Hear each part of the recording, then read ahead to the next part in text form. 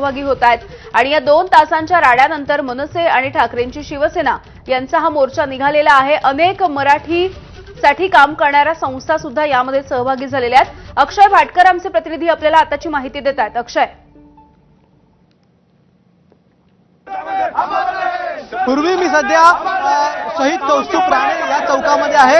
एका बाजूला Mira road station आपल्याला दिसते आणि या स्टेशनच्या समोरच हा शहीद कौस्तुभ राणे चौक आहे आणि इथे आपण पाहताय सगळे कार्यकर्ते आणि आंदोलक नेते सगळेजण एकत्रित जमलेले आहेत आणि इथे हा मोर्चा जो आहे तो स्थगित केला जाणार आहे। नेमकं हा मोर्चा आज निघाला होता बालाजी चौकापासून ते या कौस्तुभ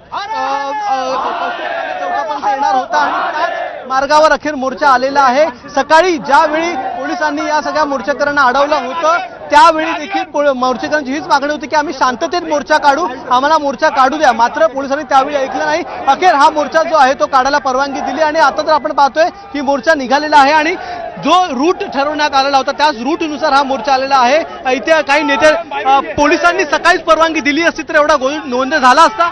हे महाराष्ट्रात मराठी लोकांचं सरकार नाहीये, हे मराठी विरोधी सरकार आहे।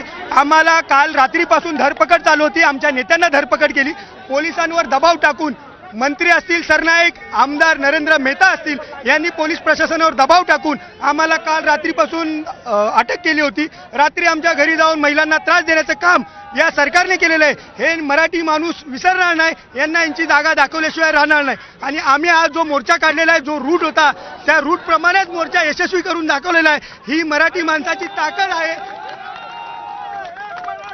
शांततेत मोर्चा काढण्याचा तुम्ही सांगितलं की आम्ही शांततेत मोर्चा काढू, आता तुम्ही शांततेत काढला, पोलिसांनी परवानगी का नाकारली वाटतं?